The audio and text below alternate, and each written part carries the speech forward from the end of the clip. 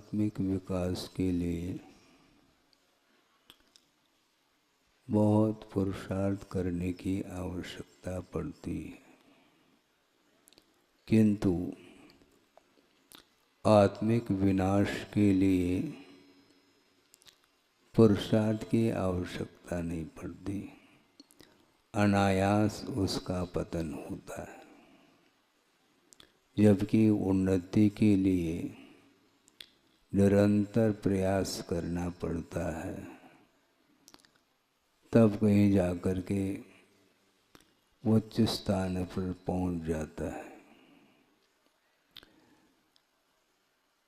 आगम ग्रंथों में कर्म सिद्धांत का वर्णन मिलता है और उसमें जो 8 प्रकार के कर्मों का वर्णन है, उसमें गोत्र कर्म का भी वर्णन आता है।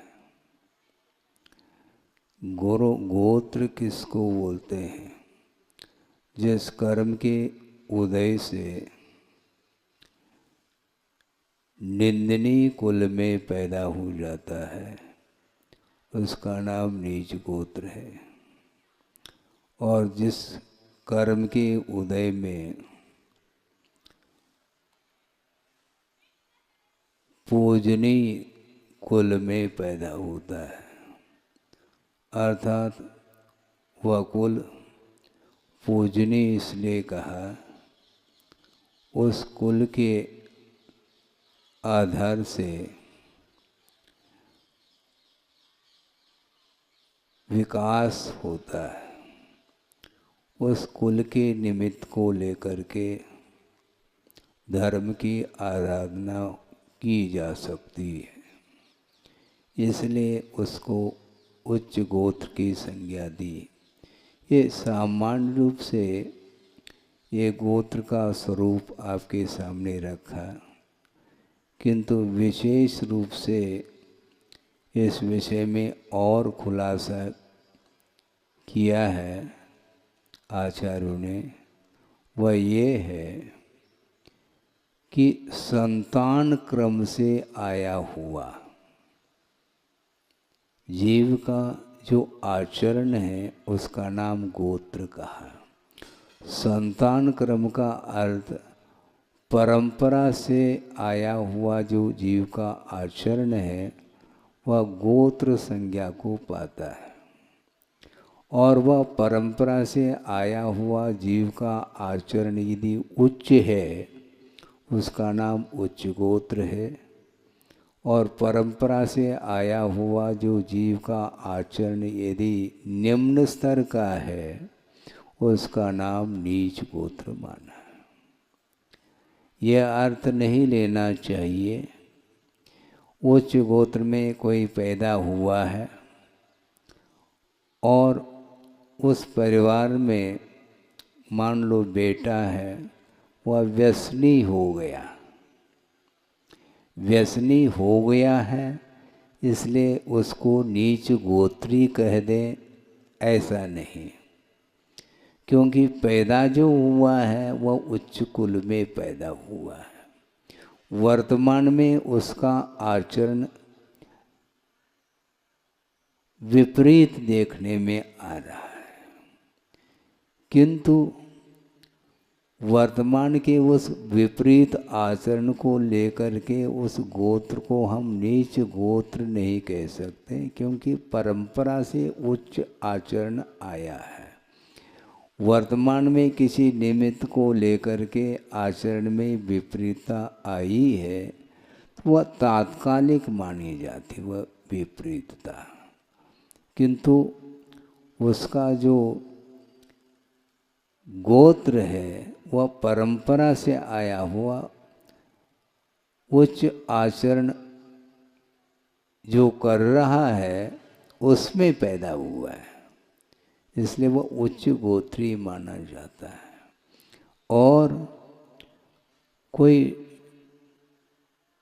परंपरा से नीच आचरण को लेकर के आया है, उसकी जो संतान होगी वह संतान नीच गोत्री मानी जाती है। क्यों? भले ही वह वर्तमान में उच्च आचरण भी कर ले, किंतु परंपरा उसकी ठीक नहीं है। जैसे समझने के लिए एक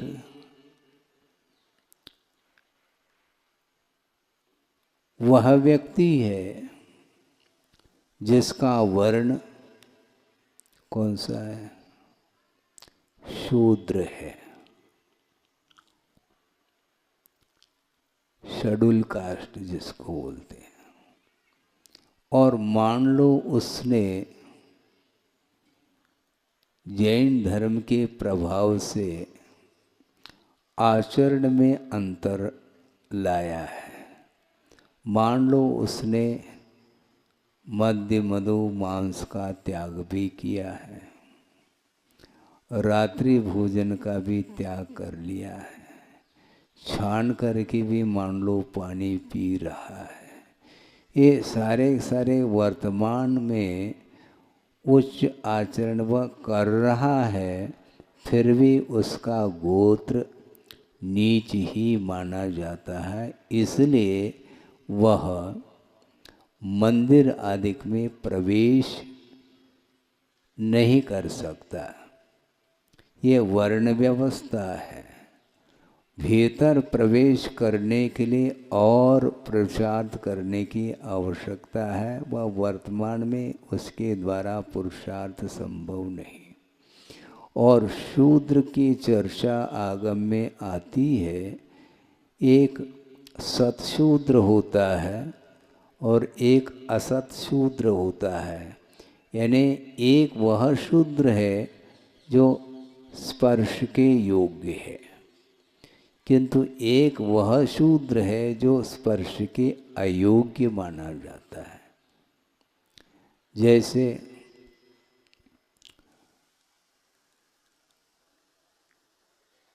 आप क्या बोलते हैं उनको अपनी भाषा में? बाल बनाता है, नाई बोलते हैं। नाई हैं, तेली हैं, ये सारे असतशूद्र नहीं माने जाते, सतशूद्र माने जाते हैं। किंतु जो असतशूद्र है वह स्पर्श के योग्य नहीं होता, चमार आदि होते हैं। तो इस प्रकार सतशूद्र जो होता है उसके लिए कुछ धार्मिक आचरण के अपेक्षा से, चारित्र के अपेक्षा से उसका विकास हो सकता है, इसमें बाधा नहीं। किंतु इसमें भी विशेष रूप से उसमें प्रवेश कराने के लिए वह सारा विषय गुरु के लिए जाता है। गुरु के बिना कोई भी इस प्रकार का परिवर्तन संभव नहीं है। क्योंकि वर्तमान में जो जैन कुल में पैदा हुआ है, इसके उपरांत भी उसकी भी परीक्षा की जाती है, तब कहीं जा कर के प्रवेश पाता है। तो ऐसी स्थिति में जो अदर पैदा हुआ है उसकी परीक्षा की आवश्यकता पड़ती है। तो कुल मिलाकर के आशय ये है, जो नीच कुल में पैदा हुआ है वह नीच गोत्री माना जाता है। तो वो नीच गोत्र नीच कुल में पैदा क्यों हुआ, यह प्रश्न है। नीच कुल में पैदा हुआ है, ये कार्य हुआ है, किंतु पैदा क्यों हुआ? क्यों हुआ, इसका उत्तर आगम से दिया जाएगा। क्योंकि कल भी हमने बात कही थी या परसों, कर्म सिद्धांत में प्रत्येक कर्मों के आश्रव के लिए विशिष्ट परिणाम हुआ करते हैं। क्योंकि जब तक परिणाम नहीं होंगे तब तक भिन्न भिन्न प्रकृति को लेकर के कर्म का आश्रव संभव नहीं है। तो इसलिए नीच गोत्र का आश्रव किन परिणामों के द्वारा होता है, और उसका स्वामी कौन है, इसको लेकर के चर्चा यहाँ पर की जा रही है। यह प्रवचन होते हुए भी सिद्धांत का विशेष दिया जा रहा है, यह भी आवश्यक है आप लोगों के लिए। उमा स्वामी महाराज ने छठे अध्याय में इस प्रसंग को रखा है कि नीच गोत्र का आश्रय किन परिणामों के द्वारा होता है। परात्म निंदा प्रशंसे सदसद गुणोच्छादनोद्भावने च नीचैर गोत्रस्य, एक सूत्र आता है। पर की निंदा, ध्यान से सुने, पर की निंदा, पर की आलोचना, पर के प्रति घृणा की दृष्टि से देखना, पर की अवज्ञा करना, ये सारे परिणाम नीच गोत्र के आश्रय के लिए कारण है। इसके साथ साथ दूसरे की निंदा करता हुआ अपनी प्रशंसा का जो भाव रखता है वह नीच गोत्र का बंद करता है, आश्रय करता है, ऐसा आया है। अब सोचने की बात है, दिन भर में अपने अंदर परिणाम उत्पन्न होते रहते हैं, तो दूसरे की निंदा के भाव होते हैं क्या नहीं है? होते हैं ऐसा कहो, क्योंकि सत्य बोला करो। हाँ, दूसरे की निंदा के भाव भी हो और कह दो नहीं महाराज हमारे नहीं होते हैं। नहीं होते हैं तो अच्छी बात है, लेकिन देख लेना, क्योंकि आपके भीतर जो परिणाम उत्पन्न हो रहे हैं उसका ज्ञान मुझे नहीं हो सकता। इस प्रकार कई बार आपके सामने रखा है। आप अपने परिणामों का परीक्षण करने का पुरुषार्थ करो। हम किसी को कहें अथवा न कहें, किंतु बैठे दूसरे के बारे में किस रूप में परिणाम उत्पन्न होते हैं, दूसरे के हित के परिणाम होना और दूसरे के अहित के बारे में परिणाम होना, इसमें जमीन आसमान का अंतर है।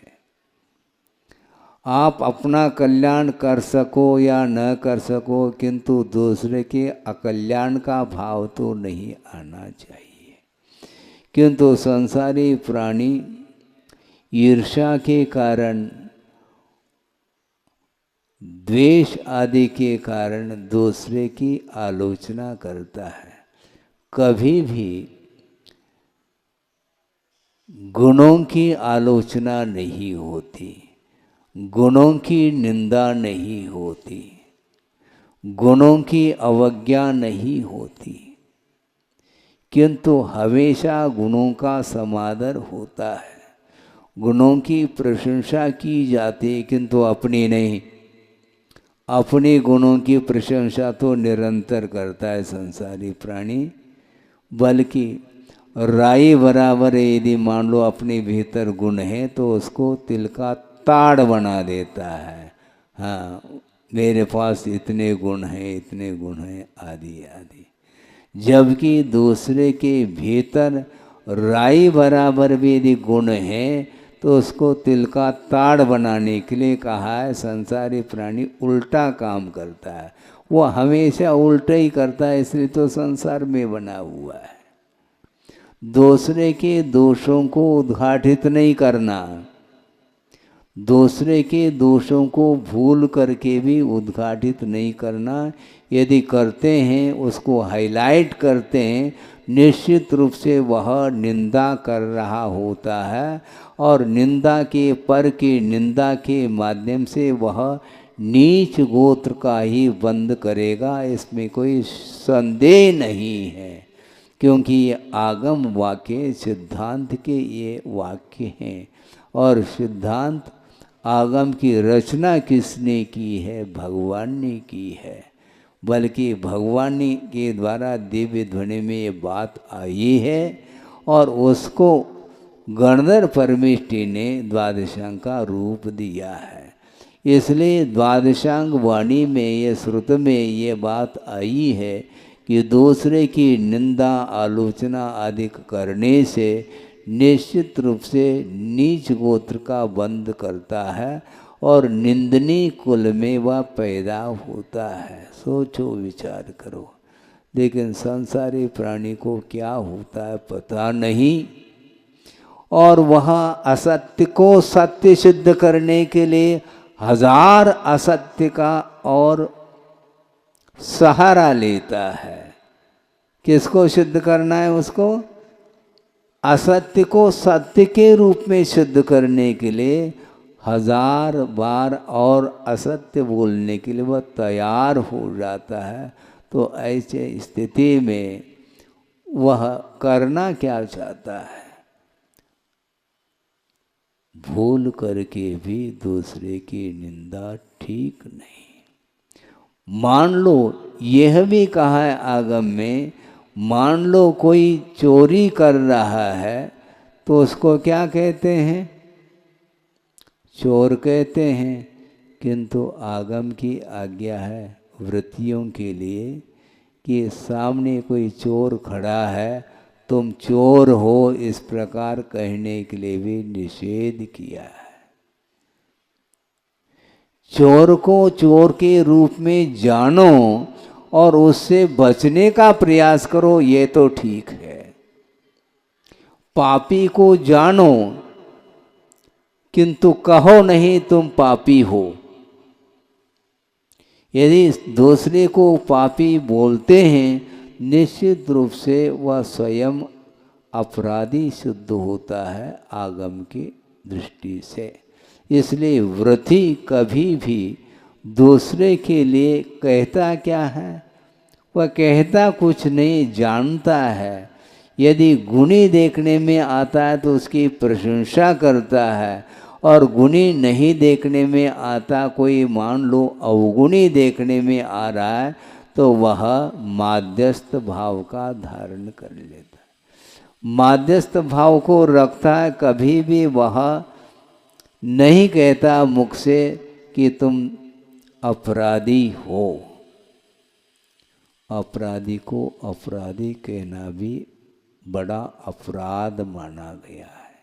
और जो निरपराध व्यक्ति है उसके लिए भी वह अपराधी सिद्ध करने का पुरुषार्थ करता है। तो उससे बढ़कर के दुनिया में और कोई भी पापी नहीं है। यह मैं नहीं बोल रहा हूँ, आगम बोल रहा है, ये ध्यान रखें। तो मैं ये कह रहा था, दूसरे की निंदा का भाव करने से नीच गोत्र का बंध होता है, और अपनी आत्म प्रशंसा करने से भी नीच गोत्र का बंध होता है। अपनी प्रशंसा करने के लिए खड़ा हो जाता है। अपनी प्रशंसा वह चाहता है दूसरे के द्वारा। दूसरा यदि मान लो आपकी प्रशंसा करता है तो आप वंस मोर कहते हैं।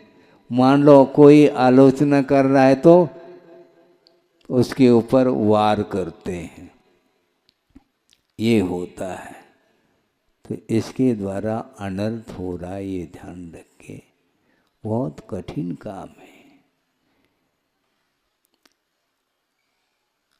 मनुष्य पर्याय मिली है, निरोग शरीर मिला है, आर्यखंड में पैदा हुए हैं, उच्च कुल मिला हुआ है, देव शास्त्रों का समागम मिला हुआ है, निरोग शरीर मिला है, सारी इंद्रियां मिली हुई है।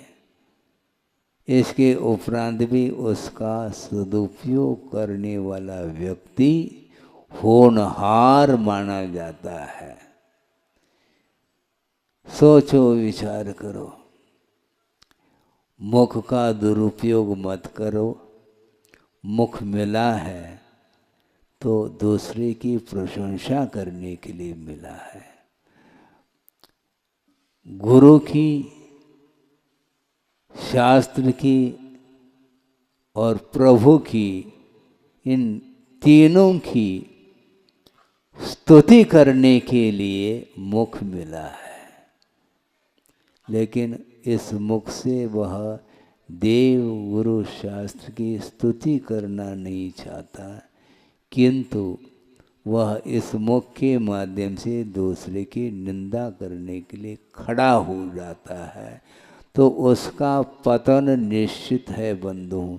हालांकि उसने पूर्व में बहुत बड़ा पुरुषार्थ किया था और फल स्वरूप मनुष्य पर्याय को प्राप्त कर ली, और अनेकानेक दुर्लभ वस्तुओं को प्राप्त करने के उपरांत भी ऐसा पासा पलट जाता है, ऐसा तीव्र कर्म का उदय आ जाता है, तो वह उचित अनुचित का ख्याल रखे बिना वह प्रवृत्ति करना प्रारंभ कर जाता है, तो उसका पतन तत्काल प्रारंभ हो जाता है। तो उत्थान भी उसका अपने परिणाम के द्वारा ही हुआ था, और उसका विनाश भी अपने ही कालुष परिणाम के द्वारा हो रहा है।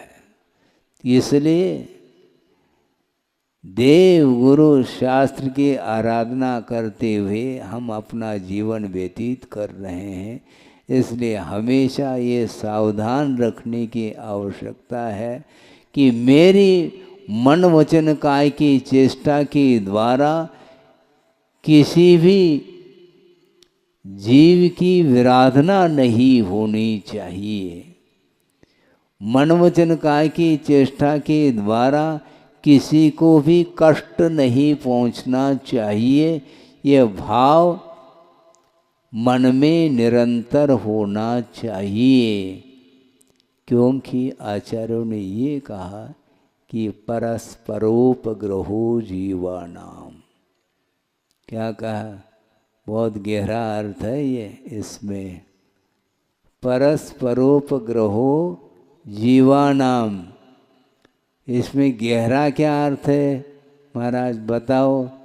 गुरुदेव ने बताया, उसको मैं रिपीट कर रहा हूँ। हमारी दृष्टि भी उस ओर नहीं गई थी, क्योंकि हमारे लिए जो दृष्टि मिली है वो गुरु के माध्यम से मिली है, ये ध्यान रखो। हम कहाँ थे और कहाँ पर हमें ले आए, वो बहुत व्यापक दृष्टिकोण है गुरुदेव का।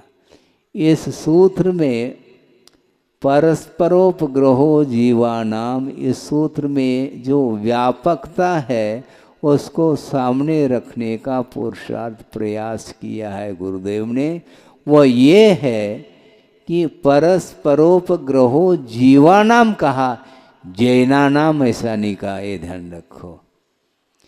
केवल जैनियों के बीच में परस्पर में उपकार करने का नाम धर्म है, अहिंसा धर्म है, ऐसा नहीं, किंतु प्राणी मात्र के प्रति उपकार का भाव आना चाहिए। कितनी विशालता है इसमें। हम विभाजन कर रहे हैं, मैं जैनी हूँ, ये अदर है, इधर उधर मत देखो, अदर क्यों बोल रहे हो, वो भी जीव है। जीव मात्र की ओर दृष्टि होनी चाहिए, और जीव मात्र की ओर दृष्टि जाती है तो प्रत्येक जीव का कल्याण होना चाहिए। एक व्यापक दृष्टिकोण है, ये विशालता है। क्योंकि यह भी आगम से ही स्पष्ट हो जाता है कि स्वभाव की दृष्टि से शक्ति के अपेक्षा से प्रत्येक जीव में केवल ज्ञान को प्राप्त करने की शक्ति विद्यमान है, तो ये भेद क्यों करते हो तुम? व्यवहार की दृष्टि से भेद करना अलग वस्तु, व्यवहार का लोप करने के लिए नहीं कहा जा रहा है, किंतु वस्तुतः प्रत्येक जीव में प्रभुत्व शक्ति विद्यमान है। इसलिए दूसरे के प्रति हीन दृष्टि से नहीं देखना चाहिए। यदि हीन दृष्टि से देखते हैं तो तुम्हारे द्वारा उसका कल्याण नहीं होने वाला है। दूसरा, मान लो गुणी नहीं है तो गुणी बनाने का पुरुषार्थ करो। धर्म श्रवण के माध्यम से सम्यक की उत्पत्ति होती है कि नहीं? होती है। किंतु धर्म श्रवण किसके लिए? जिसको सम्यक उत्पन्न कराना है उसके लिए धर्म श्रवण है। कोई सम्यक दृष्टि है उसके लिए धर्म श्रवण करा रहे हैं, तो सम्यक दृष्टि को सम्यक प्राप्त करा रहे हैं क्या आप? ऑलरेडी उसके पास है सम्यक्त्व, तो जिसके पास सम्यक दर्शन नहीं है उसको प्राप्त कराने के लिए धर्म श्रवण कराने की आवश्यकता है, उसको जैन धर्म की ओर अग्रसर कराने की आवश्यकता है। तो ऐसी स्थिति में महाराज फिर मिथ्या दृष्टि के लिए उपदेश हो जाएगा तो समझ क्या रहे हो? आपको ये वक्ति मालूम नहीं है क्या? आप लोगों के मुख से ही हम सुनते हैं, क्या सुनते हैं?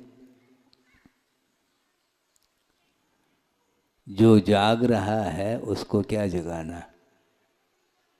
बोलते कि नहीं आप लोग?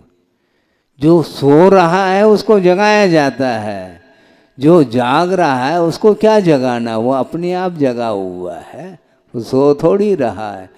तो जो सो रहा है, जिसके पास सम्यक दर्शन नहीं है, उसको प्रकाश देने की आवश्यकता है। मोह रूपी अंधकार में जो घूम रहा है उसको दीपक दिखाने की आवश्यकता, प्रकाश की आवश्यकता है। तो इसलिए एक मिथ्या दृष्टि भी क्यों न हो, उसके प्रति भी उपकार का भाव आना चाहिए, अनुग्रह का भाव आना चाहिए। आप सोचो, विचार करो। किंतु संसारी प्राणी की दृष्टि बहुत संकीर्ण मनोवृत्ति वाला है मानव, उसके अंदर विशालता नहीं है। आप सोचो, वर्तमान युग आदि पढ़ते हैं? हाँ पढ़ते हैं महाराज। क्या पढ़ते हैं? याद आ रहा है आपको कोई कथानक? मैं कथा सुनाने के लिए नहीं बैठा हूँ, प्रसंग दे रहा हूँ। गुरुओं की दृष्टि कितनी विशालतम होगी। एक मछुआरा है जो मछली पकड़ करके उसके सहारे अपना जीवन यापन कर रहा है। अब धर्म श्रवण देशना चल रही है, प्रवचन दे रहे हैं, सभा को संबोधित कर रहे हैं, अहिंसा के विषय में प्रकाश डाला जा रहा है कि हिंसा के माध्यम से पतन होता है, अहिंसा धर्म की उपासना करने से आत्मा का उत्थान होता है। इस प्रकार प्रवचन में बात कही जा रही है और अपने शक्ति के अनुरूप त्याग के क्षेत्र में भी प्रेरित कर रहे हैं गुरु, करुणा करके। और उपदेश समाप्त होने के उपरांत अपने शक्ति के अनुरूप सारे लोग व्रत नियम आदि लेकर के घर जा रहे हैं। और एक व्यक्ति उस सभा में भी उपस्थित था। और कौन था? मछुआरा था। और वह हाथ जोड़ करके खड़ा है कि स्वामी महाराज, मैं तो कुछ कर नहीं सकता, मेरे सामने त्याग करने वालों की संख्या तो अनगिनत है, लेकिन उसी सभा में मैं बैठा हूँ, मेरे द्वारा त्याग करने के लिए आप कहेंगे, उसके पहले ही आपके सामने मैं हाथ जोड़ करके बोल रहा हूँ कि मैं कुछ भी त्याग नहीं कर सकता महाराज, क्योंकि जीवन यापन करने के लिए और कोई साधन नहीं है। मैं सुबह से शाम तक जाल बिछा करके बैठता हूँ नदी के किनारे और मछली पकड़ करके उसके माध्यम से मैं अपना भी और परिवार का भी पालन पोषण इसके द्वारा करता हूँ।